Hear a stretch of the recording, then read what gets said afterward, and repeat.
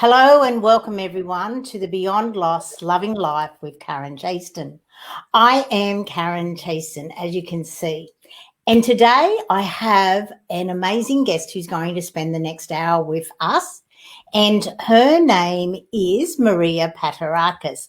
Welcome, Maria. How are you? Hello. I'm well, thank you, Karen. I'm very excited to be here. I haven't done anything like this for a while.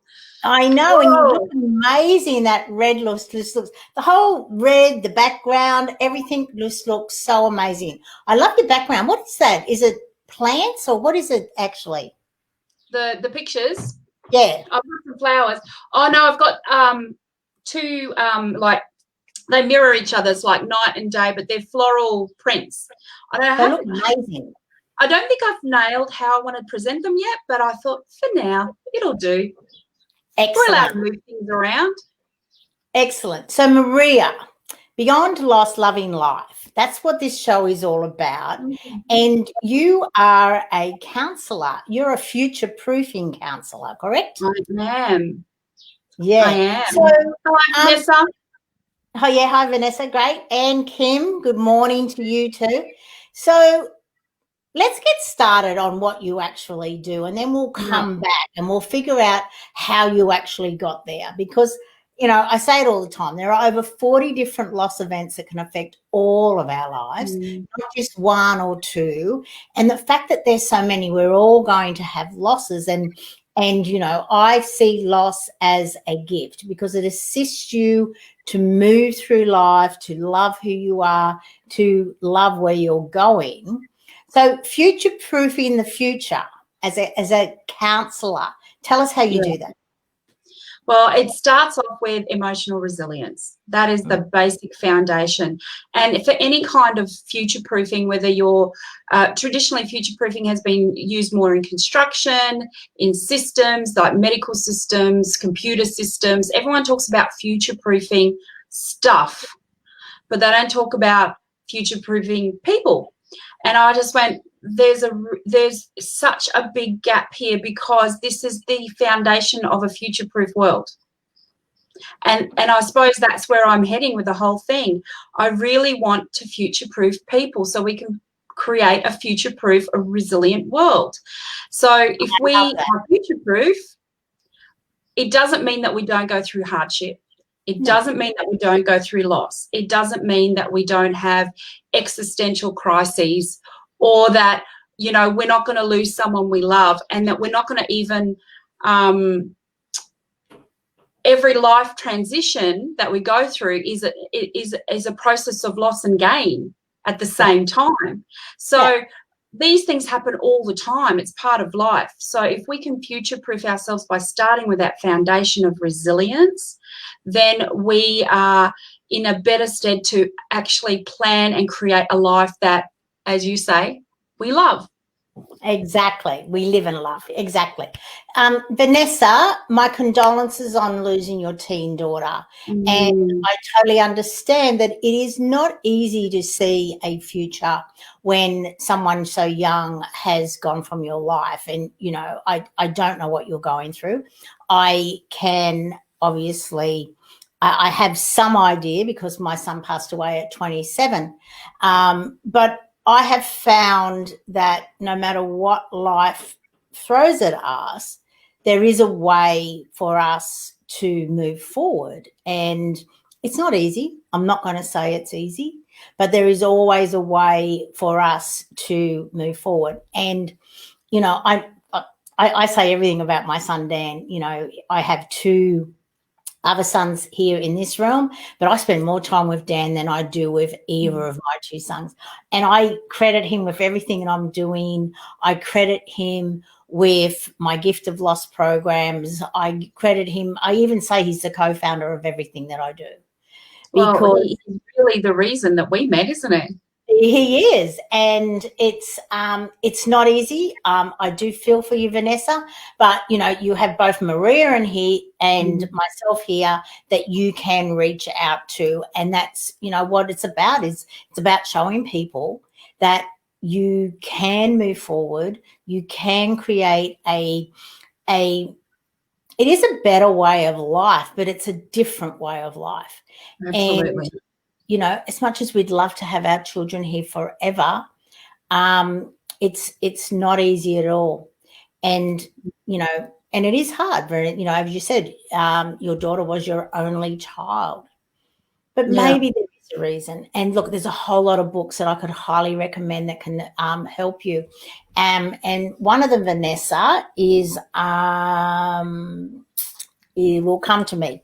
You keep talking and I'll look it up for Vanessa. Well, can I just add, Vanessa, I used to work for Lifeline, and I've done counselling with parents who've lost their children to suicide, and it's the grief is that much more, I believe, because you think, well, what could I have done to stop it?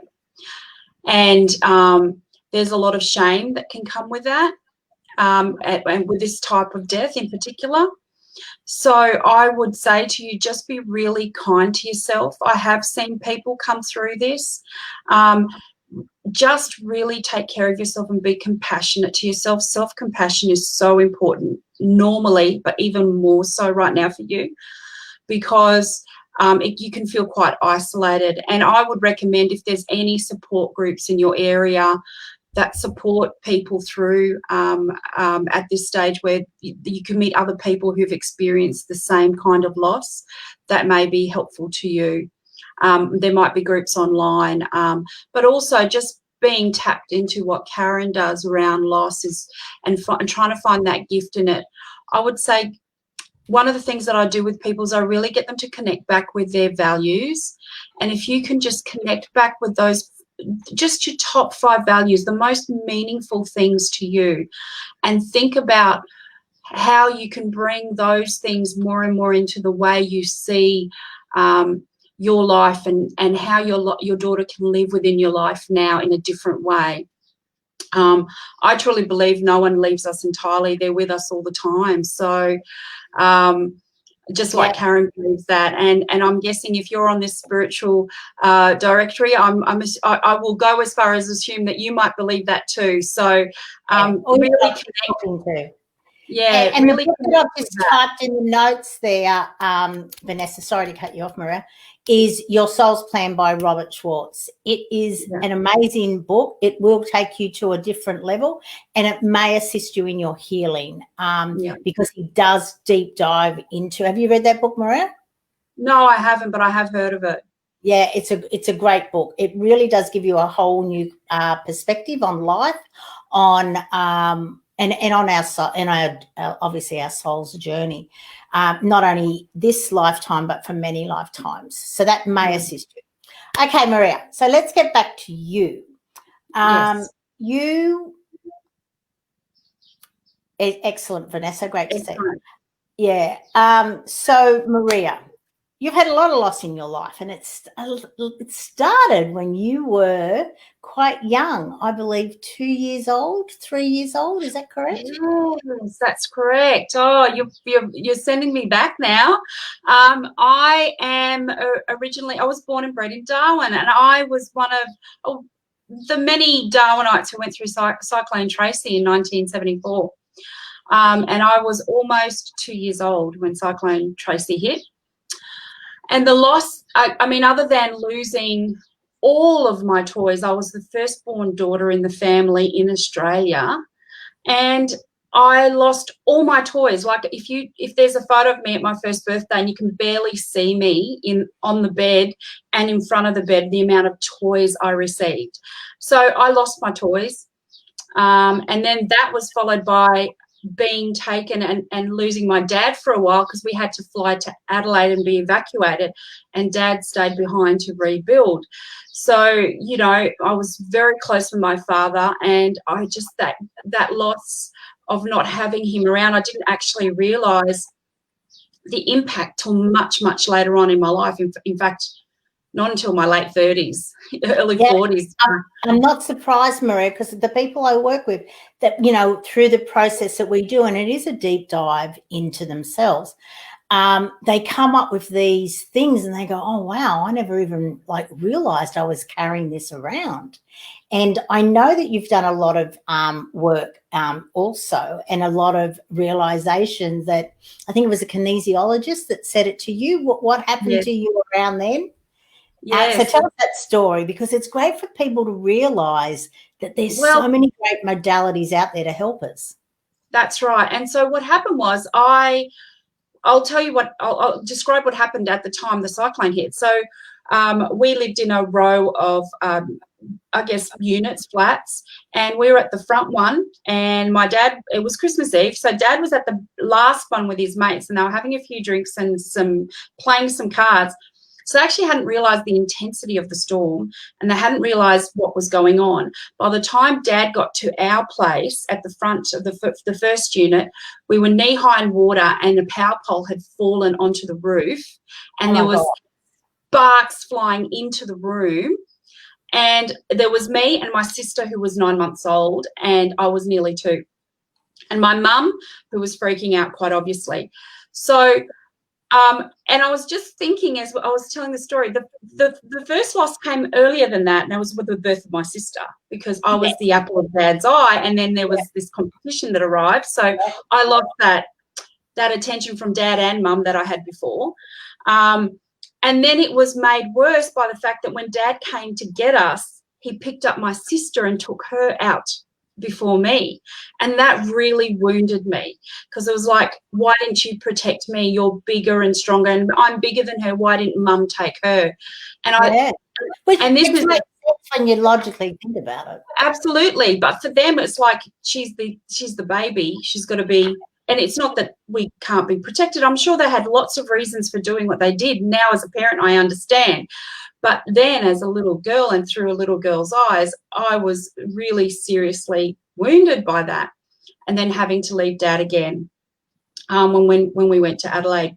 So all of that combined, it was like I didn't realise until I was on this bed and I was doing kinesiology, and I'd heard before, what happened when you were 2? What happened when you were 2? What happened when you were 2? And people kept asking me, and it just didn't register till much later. I was like, Cyclone Tracy happened. That's what happened.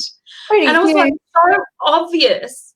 And so then I was able to heal that because I was aware of it. So they were kind of like the first abandonment losses that I had. And I was really young. And I can now see how that abandonment played out so many times in my life. And not only. Well, I'm just thinking that I really struggled to create a caring, loving relationships. And I was always seeking approval from men for such a long time. By the time I met my husband, I was in my late 30s, and I was like, I'm never going to meet anyone, and that's okay. I'm just going to have to get over it. And it was when I found a sense of peace around that, and found my worth in that relationship, in any relationship, found my worth, that I actually met someone. So, really interesting. And then after, it was after that I realised Cyclone Tracy. So even more growth. So we keep evolving, and we keep growing, and we keep changing, and so many things happen to us in our lives. And I felt really wounded by men who had not done anything to me particularly, but for a really long time, and betrayed for a really long time. So is it betrayal, or is it the going back to the 2-year-old you? Pick me up, don't pick her up. Well, betrayal was the word that I felt, because he picked her instead of me. Yeah, interesting, isn't it? Yeah. So from an adult perspective, you sort of go, I understand it. Like, I can walk, she can't walk, she's 9 months old, all that sort of stuff. So, but, as you said, you would think, the father would take the older one and the mother the younger one. As an adult, we even can see that. But maybe it was just like, I'll grab her first, Maria can follow, and then I'll come back and get Maria. Yeah, well, Mum took me and Dad took her. And it was just perfect timing, because we walked out of the unit and the roof flew off backwards. So if it had flown off forwards, we would have been crushed. Oh, my God. And then we spent Cyclone Tracy. Of course, we never got to a shelter. We lived next door to a public school, and everyone in the units, basically, we all jumped in our cars, drove to the school, and lined the cars up against a wall to protect ourselves from the wind. And we spent Cyclone Tracy in cars. Oh my God, pretty scary. And I mean, I don't remember all of that. I remember a sense of darkness, and I remember a sense of fear. But, you know, my parents were with me, so there was no need for me to be scared because they were my protectors. They got the group consciousness, and I'm sure, you know, as adults, they were very scared. Yeah, well, you go to the Cyclone Tracy exhibit in Darwin, and you go into a room, and it's pitch black, and they play the sound of Cyclone Tracy that was recorded. Oh, and my auntie can't go in there. My mum can't go in there for very long either. It's because you can hear they said the corrugated iron and the steel was like ribbons in the sky flying, and then they'd scrape the ground, and you'd hear that scraping sound of the. Yeah, so quite intense. Like a blackboard. Yeah, it was really, it is like that, yeah. So, I'm glad you survived and thrived after it. So, yeah. Yes. You know, 40 years on now. So what made you become a counsellor then? Was it the fact of assisting people to learn and understand resilience? Because a lot of people think resilience is this thing you're either born with or you're not. But it's actually a skill. It's a skill that everyone can learn. Absolutely. Look, what made me become a counsellor, I remember doing my graduate diploma in psychology, and we sat down in that room on that first day, and the coordinator and leader of the course, the lead psychology lecturer, she said, if you've become a psychologist, you're becoming a psychologist to help people, could you please leave the room now? And I was like, oh.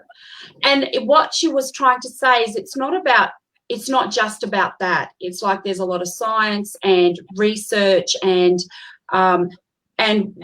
really knowledge that you have to get your head around in order to do psychology, and to really honour and value and really help people in a real way. So I think that's what she was trying to say by that. It can't just be about helping people, because you know, you can help people in many ways. Why did you choose psychology to help people? That's interesting, because I would have thought most people in the room would have been there to help people. Yeah, but it really got us to really look at why we want to help people through psychology. Okay. Did anyone leave? No, we all stayed. Okay. We all stayed. Not everyone ended up like they did the Great Dip, but not everyone continued in psychology. Some went off and did things in different ways, like through education and other things. So for me, it was really about, I just knew that I wanted to help people through their emotional struggles. And I grew up in a house where my mother was always there for people in hard times. Mm-hmm. So I'd seen a lot of it, and I felt comfortable being around people and supporting them through hard times because of that. Yeah. I get that. Totally. And I must admit, the older I get, the more that I wish that I had gone more into psychology. I think they could expand it probably more at school. Your thoughts on that? Oh, absolutely. Absolutely. I think that the basic psychology skills should be taught to everyone at school. Active listening, empathy, understanding the difference between empathy and sympathy, understanding compassion, really being able to respond to people in times of distress, because everyone around you is struggling. But I think that the biggest part of counselling that people don't talk about, and being someone who's in the helping realm, is the level of your own active self-observation that needs to happen. Oh, yeah. And how much we need that. And I've been watching a few things during COVID time. There's been a lot of stuff on, especially around people who help people and how they can support each other. And I listened to a summit on that, and the thing that really struck with me was active self-observation. I really loved that whole concept.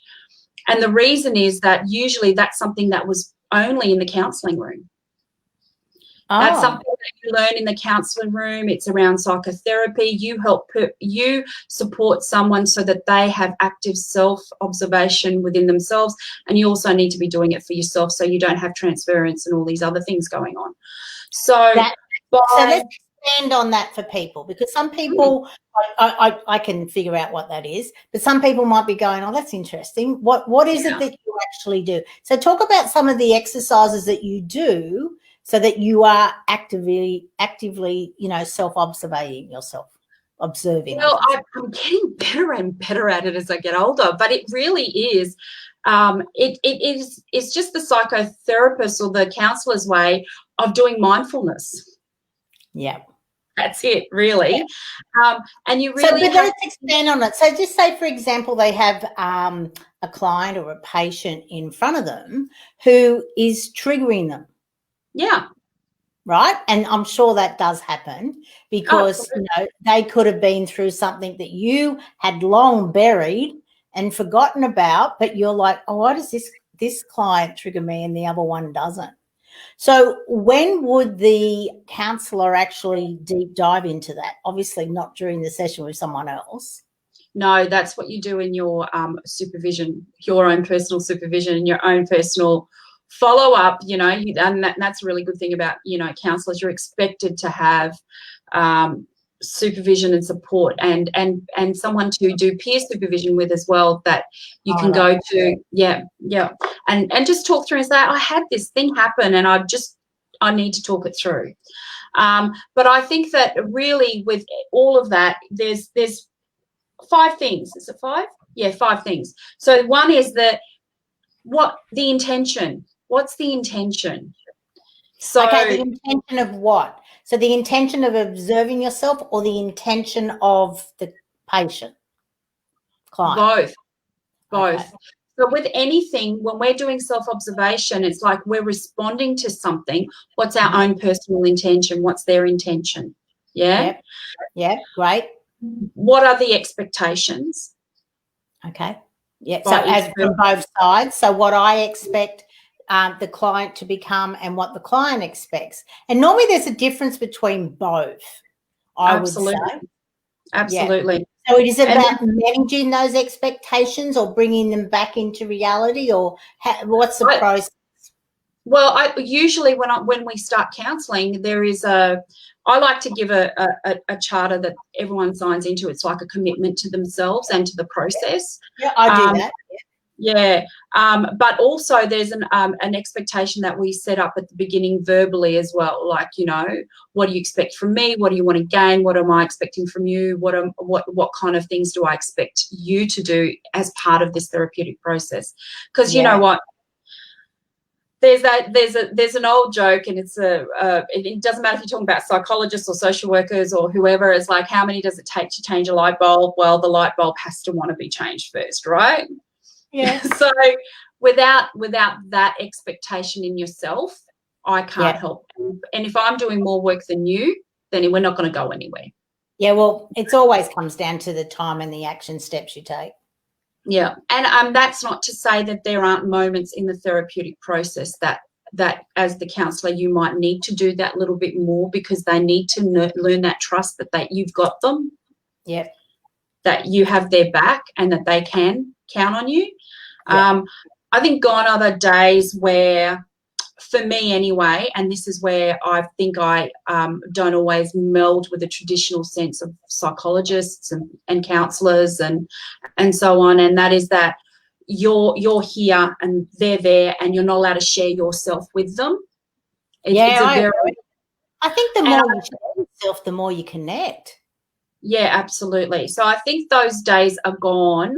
And I can understand why people would do it in certain areas. Like if you've got someone who's goes through regular psychosis, you wouldn't necessarily tell them too much about your life. But in a general counselling situation, there is no reason not to.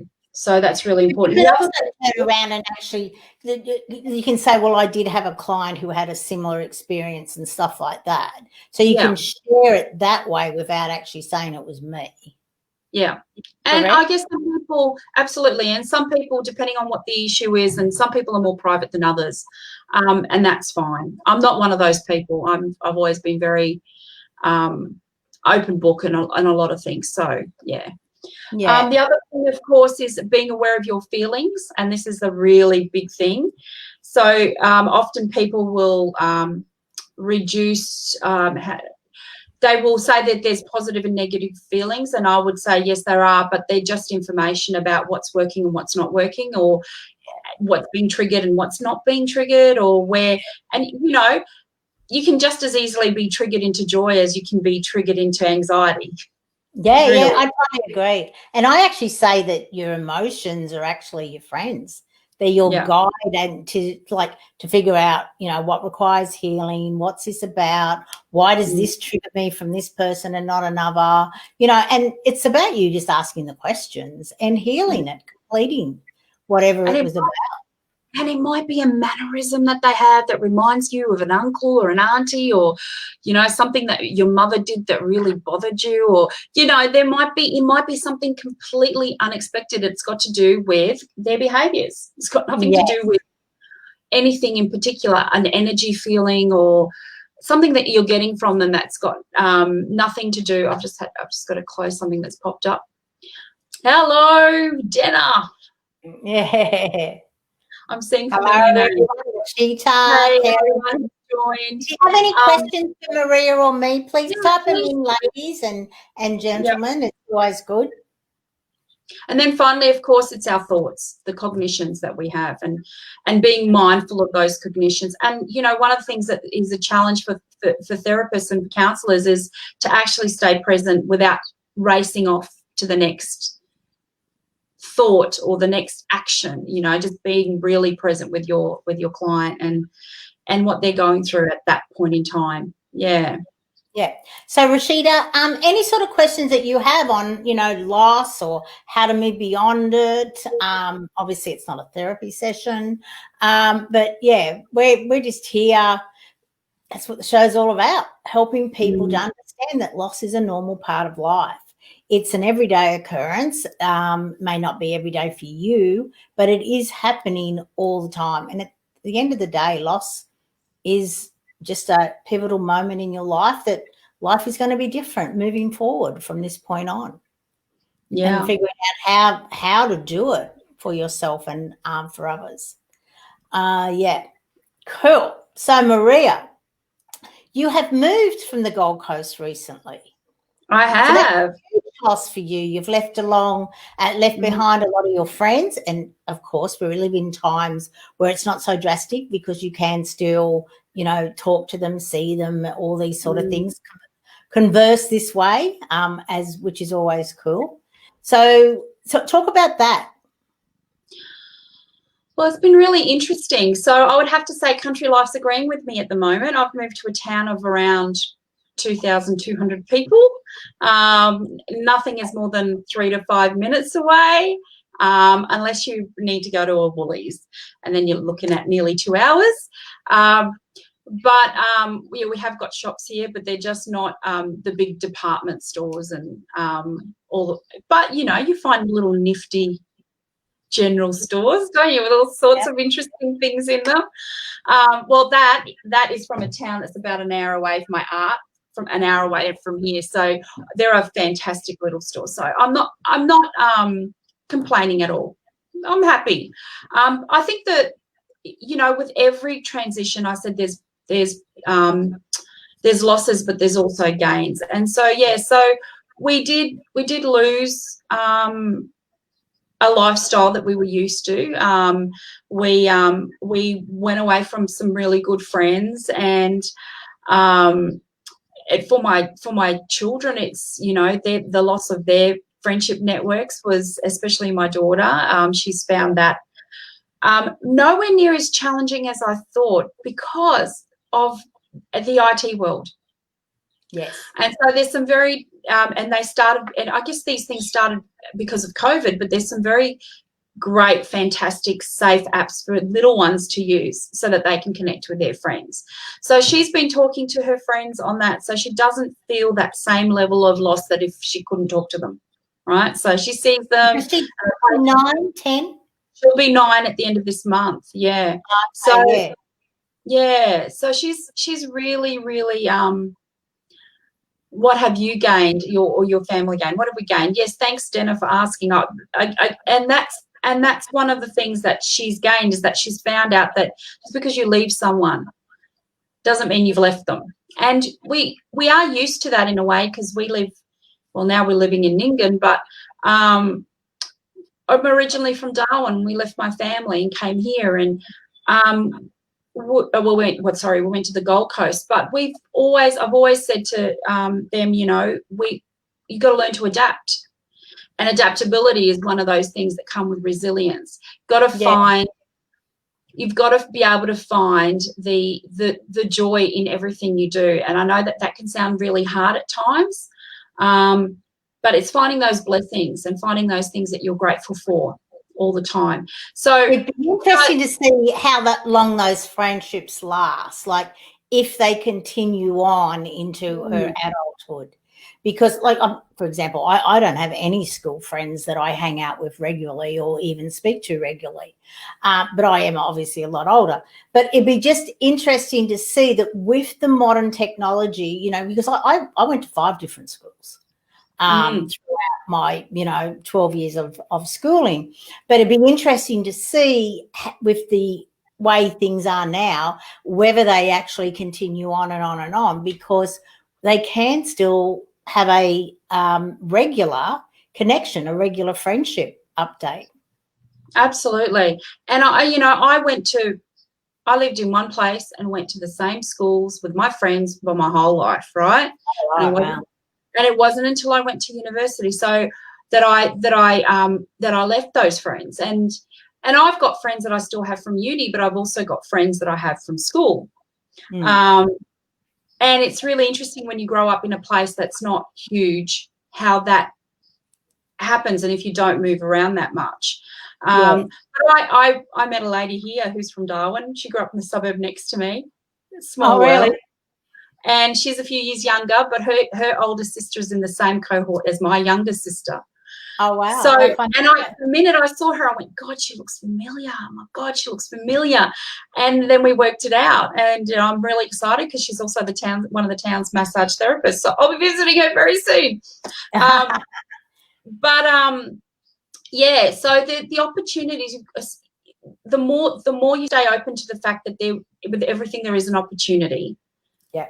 With everything there are possibilities. And one of the really core values of what I do and what I believe is that potential is endless, and I believe in the potential of others. I believe in the potential of situations. I believe that with everything there's always opportunity. And so I got here and I really listened to my inner guidance, and there were times where I went to the one and only coffee shop that we have in town, and I met people I was meant to meet, or I was guided to go to somewhere else, and I was like, oh. So I went to the community hub and I was handed this pamphlet and went, oh, the weekly paper's starting up again. They closed it down because with a whole heap of issues around rural areas losing their papers. But no, it's starting up again and they're looking for contributors. So I was like, oh, so I ended up in the first edition of the paper. No one knows who I am, but I've ended up in the paper. Photo, Maria. Get them to put a little photo on the next one. And then I have contributed to the second one, and so I've got and then I'll be my plan is to contribute every week, because why not? I mean, it doesn't take me very long to write 500 words.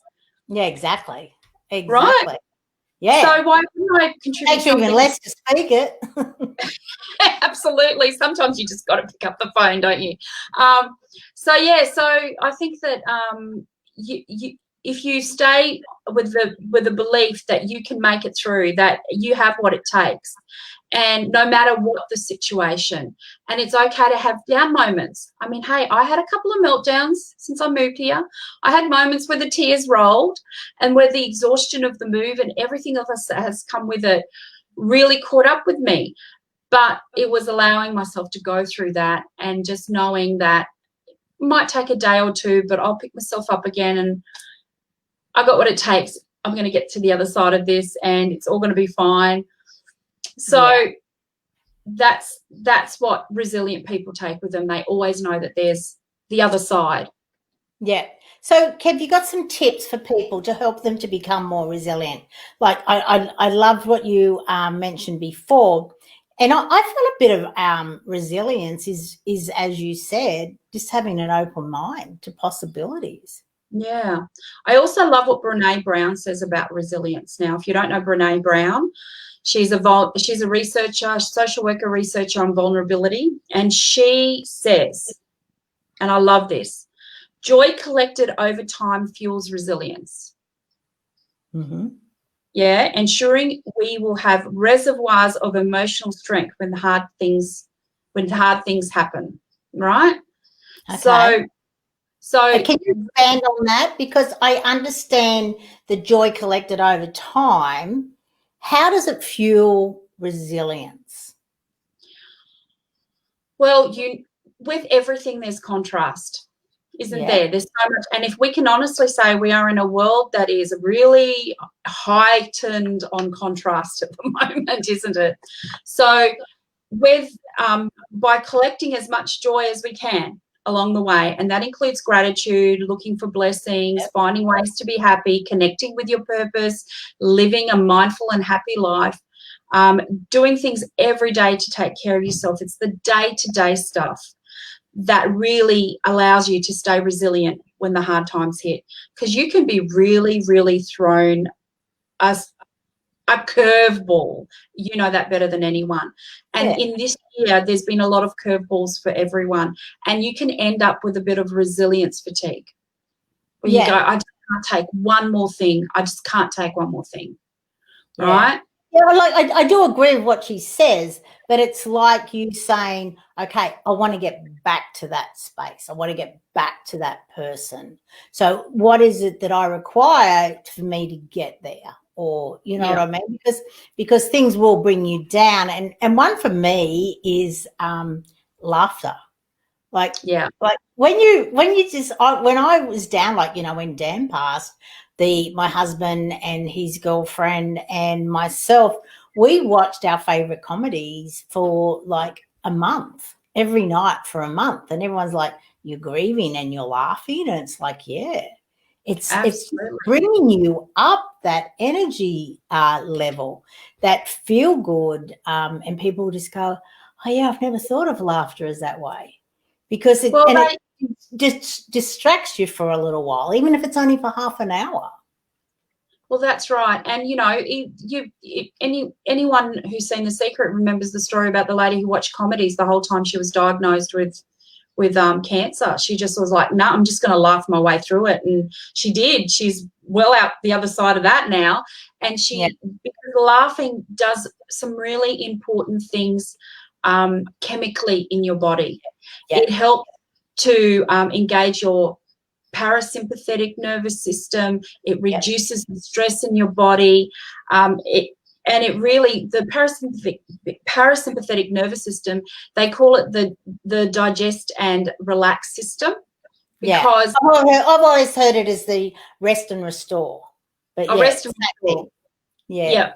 So the reason that they include the word digest is because when you're in sympathetic mode, which is the stress mode, your digestive system shuts down. Right? Totally. And if you say, your digestive system shuts down, your reproductive system shuts down, your muscles become over tense, and then that affects your skeletal system. Your hormones become unbalanced. There's just so many things that happen when you're on sympathetic mode, and there's actually there's a term for it nowadays, and it's called sympathetic dominance. Right. And you know, I found out about the autonomic nervous system, which is obviously both of them put together, when I was in my 50s, and I was like, you know what? We should have really been taught this properly at a much younger age, especially women who go into, like, just say, a highly stressed job, the corporate world, and, you know, they are stressed 24/7 and not realizing what, you know, adrenaline, cortisol, all those things do to your body. Then, you know, 38, 39, they're like, right, let's have a kid, and they find it really hard. It's like, well, wait a minute, you should have actually thought about that when you were in this, not actually bringing in the parasympathetic nervous system into your lifestyle on a conscious basis. I have a girlfriend who really struggled to have children, and I mean, fortunately, she's in a financial position to be able to do this, but she literally removed herself from her life for 6 months. And became pregnant? And she became pregnant.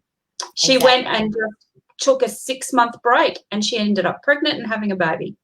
Yeah. So, and she was in her late 30s, no, early 40s when that happened. And she'd been trying and just, you know, all the traditional ways, IVF is a traditional way now, you know, all the ways that you could possibly try to have a baby. And it wasn't until she removed herself from all the stress of her life that she was able to fall pregnant. So it's really important that we stay mindful about how much stress we're putting in our body. And I can honestly say that's one of the things I've gained, and one of the things we've gained as a family is that we've decompressed. We're not as stressed. There's not 100 things to be at and places to go and all the rest of it. It's just like really simplified. And the other thing that's happened is our house, even though we've lost a bit of space, we've gained other things in this house, like a bigger yard. I've got a divine tree that I sit underneath. And this morning, when I do my morning grounding and meditation, I stand up and put my back up against it and put my feet deep into the ground. And I love that. Really connect, you know. And so did you know, Maria, that the Native Americans used to stand up against trees before they went into battle, and they grabbed all the energy from the tree into their body so that they could fight harder, run farther, and be energized so that they could do that? Did you know that? Well, that explains why I've got energy today, because I hardly got any sleep last night. Yeah. Thank you. Sleep, bring it in. Yeah. Absolutely. So I'm there are a lot of benefits that have come with this move, and we look forward to seeing how they unfold. But the bottom line is that if you try and the mindset of a resilient person is someone who does stay open-minded, does stay focused on gratitude, and being mindful through self-compassion, right? And the key thing about self-compassion that people don't realize is that there is an underlying belief and almost like assumption that with any kind of compassion that person is deserving of your help. Oh. So if you lack self-compassion, there is an underlying belief that you're not deserving of help. I like that. That you're not worthy. I love it. You're not worthy. Yeah. And if you think about all the women in our lives who have felt like that, and I know a lot. Yeah, so do I. No, I love that. Entire generations of women who felt like that have very little self-compassion. And how that's been then almost like DNA passed on to the next generation, then to next generation. And we have to be exactly really DNA of everyone screaming out, "What about me? You know, when is it my time? Why can't I have this?" Yeah. Isn't it funny that a man sang that song in Australia? What about me? Exactly. But it's true. Yeah. But it's true. You're a better singer than me. So finding that belief and changing that belief within yourself, if you don't have that inner belief to be compassionate towards yourself. And, you know, of course, that means not being judgmental. Yeah, and as you said earlier, you know, looking at your thoughts and, you know, understanding them and realizing that if you're not speaking to yourself as though you are your own best friend, you know, there's something drastically wrong, because a lot of times we can be so mean to ourselves. If we actually said it to our best friend, I don't think they'd be around for all that long. What do you think? Well, you know, interestingly, I was listening to Kelly McGonigal talking about self-compassion. She's a psychotherapist researcher as well, and she goes a lot into the the chemical reactions in the mind and how we have a default brain that we go into, which is very self-critical. And part of that is our parasympathetic and sympathetic nervous system. So with the self-criticism, it's really about protecting ourselves. We are innately created to protect ourselves. Yes. So that's what the sympathetic nervous system was set up to be. But we go into overload with that in the modern world. And saying self-compassion is contagious. They've done research. So they've done research. So if you're in a situation where you might have stuffed up or you need a bit of encouragement, and you go out loud, come on, Maria, you got this, you can do it. You know you can do it. Just take it one step at a time. Just take a breath. You can do it. It expands to a response by others too.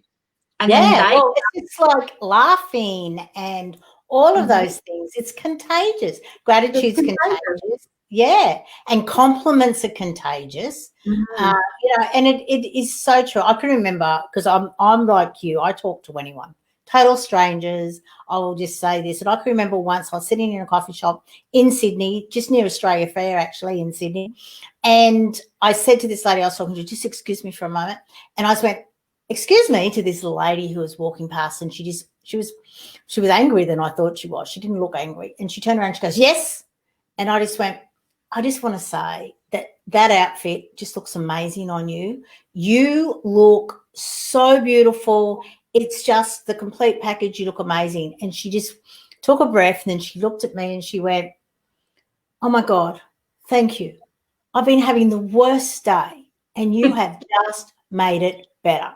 And I just went, I'm glad I could help. But I didn't know. Like, she just looked so beautiful. And that's the thing.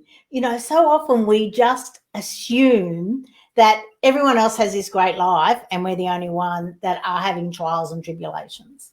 Yeah, absolutely. And so that, imagine now in your household being able to talk like that out loud to yourself, and how that can become contagious with your kids or your grandkids or the neighbour's kids next door, and just your friends, like, especially if you've got friends who are very self-critical.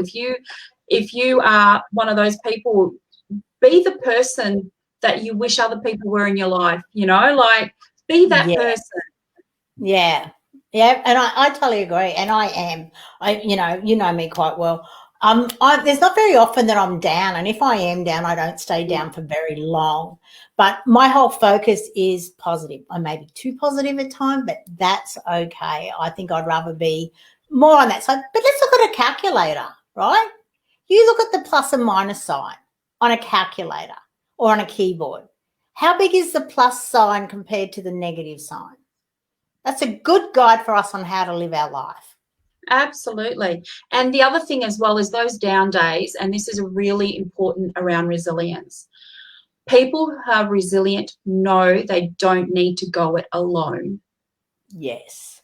And they don't, right? They have a team around them. And the other key thing to that is they can't only be your friends and family. You need to have some professionals in that mix. It's so funny you should say that. I have a client at the moment, and she said to me, no one will listen to me apart from you, and I'm paying you to listen to me.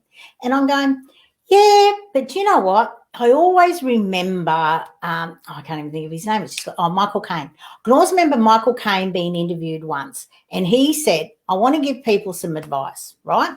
If you are acting on free advice, it's not worth the paper it's been written on. You pay for professional advice because they will give you professional advice. And it really did resonate with me then, long before I was doing what I'm doing now, because that was probably 10 years ago I saw that interview with him. And it just makes sense. If you are continually getting free advice, you are flip-flopping from one to the other, because you will more than likely be contradictory advice. Your thoughts? Yeah, and I think the other thing as well is that your loved ones, especially if it's on something that has been in your life for a long time, they get compassion fatigue. Yeah. I mean, I've been guilty of it. I get compassion fatigue with I have with certain people. I've gotten compassion fatigue because you hear the same story over and over and over again from several different directions. And when you're there to support them, and sometimes people just want you to listen, but when you've listened and then you've listened and then you've listened and you've given done nothing. Advice, and nothing is done, you get compassion fatigue. And you love that person. You just really want the best for them. You really, really honestly do. But you've got to think about your intentions. If you are not getting any other help other than, your family help or your friends help, and you see them roll their eyes and you're ignoring them. Yes. You're ignoring that eye roll. And you're ignoring the fact that you've called them 10 times and they've not picked up the phone. And yes, there's lots of reasons why people don't pick up the phone, so please don't get paranoid about that. But you will give people compassion fatigue as much as they love you. Yeah, that's great. That is great. I haven't heard that terminology before, but I really do like it because it explains exactly what happens. So we've got just under 9 minutes left. Really? Yeah, I know. How easy to talk, don't we? Yeah, we do know how to talk. So if anyone would like to get in contact with Maria is sharing her email address. And what sort of things do you find people reach out to you for, Maria? So around the future proofing, it really is people who are in their life transitions for whatever reason. So they've finding that they just don't know which direction to take. They know they've got to change something. They know what they've been doing is not working completely. They need a new direction and they're not sure which way to go. And they're not sure if the decisions they're making are clear and in the right direction. So that's the stuff that I help with, really. So we really get some clarity in your life. And I just to give you a little bit more, we reimagine longevity and expanding our life potential. Kerry, I'm really glad you've enjoyed our talk. So that idea of emotional resilience, personal responsibility, self-compassion, and then most importantly is creating an inspired legacy. So anything that we connect with is really about us, and then where do we go from here? How do we share our inspiration, our purpose with the world around us? And it can be to the people next door, or you can go to Oprah level. It's up to you, but I'm there to support you whichever way you want to take it.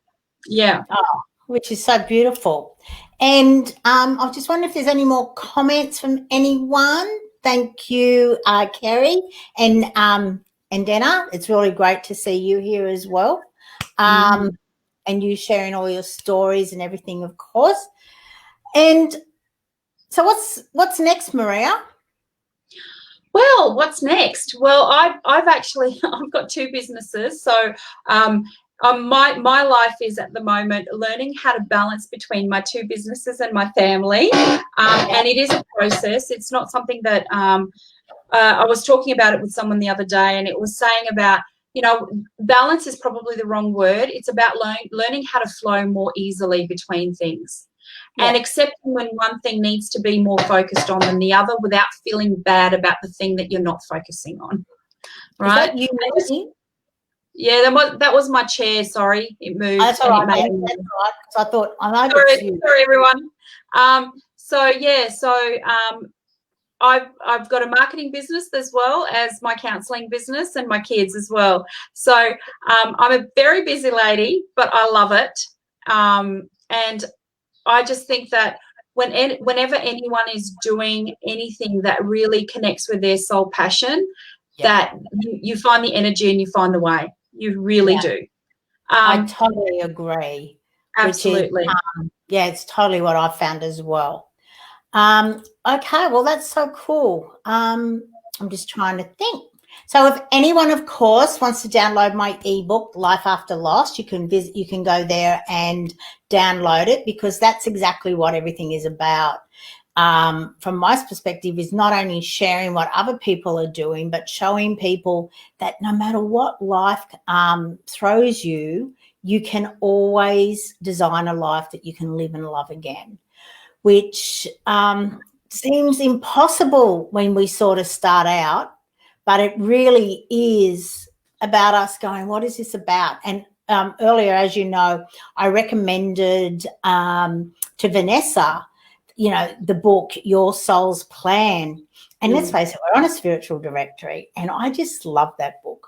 And the reason I love it so much is because it takes us back to when we actually had the life plan for this time.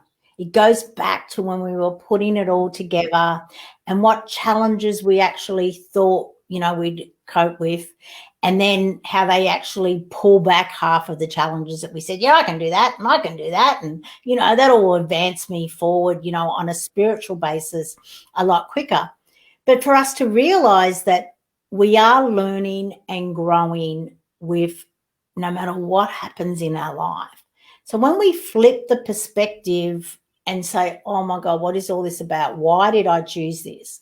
You know, how can I learn and grow more? What is this all about? Not just on a human perspective or experience, but also from a soul's perspective. And, Absolutely. you know, losing our loved ones are never easy. When it's our child, it's even harder. Unfortunately, I have experienced that. But as I said earlier, my child is with me.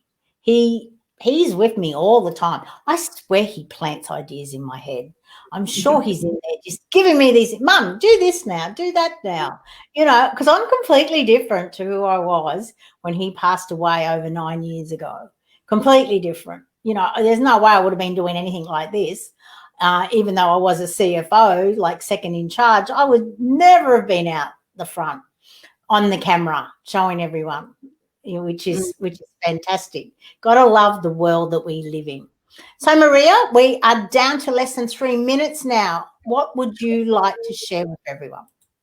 So just to let you know that early next year I'll be launching my 12-week program for future proofing. So if you are wanting to know more about that because I'm delivering it in small groups of 8 over 12 weeks.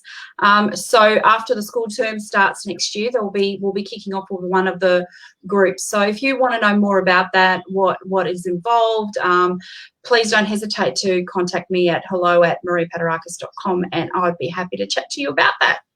Oh, fabulous. Okay. Well, thank you, Maria. Thank you. It's been great chatting with you and seeing you. That red looks absolutely amazing on you. Thank you. I love red on you too. Yeah, like red's a great colour. It suits no matter what colour hair you have. It suits everyone, except maybe a redhead. I don't know if it suits a redhead. But apart from that, I think it suits everyone else. So, yeah. Okay. If there are any more questions, no. Thank you, Kerry, for enjoying the call, talk, everyone. Thank you, everyone, for watching, and thanks for having me, Karen.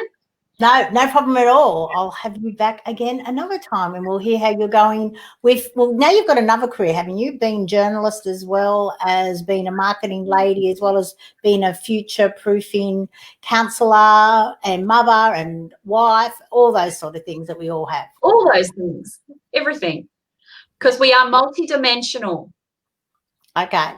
Well, goodbye, everybody, and I'll see you here again at this time next week at Beyond Loss, Loving Life with Karen Chaston. Bye. Thank you. Bye.